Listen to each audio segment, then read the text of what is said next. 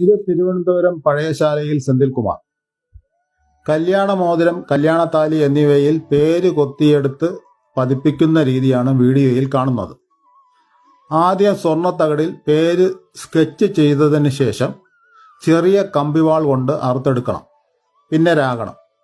അതിന് ശേഷം ആഭരണത്തിൽ പതിപ്പിക്കണം. മണിക്കൂറോളം ഏറെ ക്ഷമയോടെയും ശ്രദ്ധയോടെയും സ്വന്തം മനസ്സും കൈകളും ചലിച്ചാൽ മാത്രമേ ഏവർക്കും മനസ്സിനിണങ്ങുന്ന തരത്തിൽ കല്യാണത്താലിയും കല്യാണമോതിരവും പണിയുവാൻ പറ്റുകയുള്ളൂ. ആധുനിക സംവിധാനത്തിൽ മോൾഡിംഗ് രീതിയിൽ ഇത്തരം ആഭരണങ്ങൾ പണിയുവാൻ കഴിയും. എന്നാൽ കുറഞ്ഞ തൂക്കത്തിൽ, ഗുണത്തിലും ഭംഗിയിലും കല്യാണത്താലിയും മോതിരവും പണിയണമെങ്കിൽ ഹാൻഡ് മെയ്ഡ് തന്നെയാണ് നല്ലത്. അതുകൊണ്ട് ഹാൻഡ് മെയ്ഡ് ആഭരണങ്ങൾ ശീലമാക്കുക. ഇത്തരം കലാകാരന്മാർ എന്നും നമ്മോടൊപ്പം ഉണ്ടാകട്ടെ. ഏവർക്കും നന്ദി.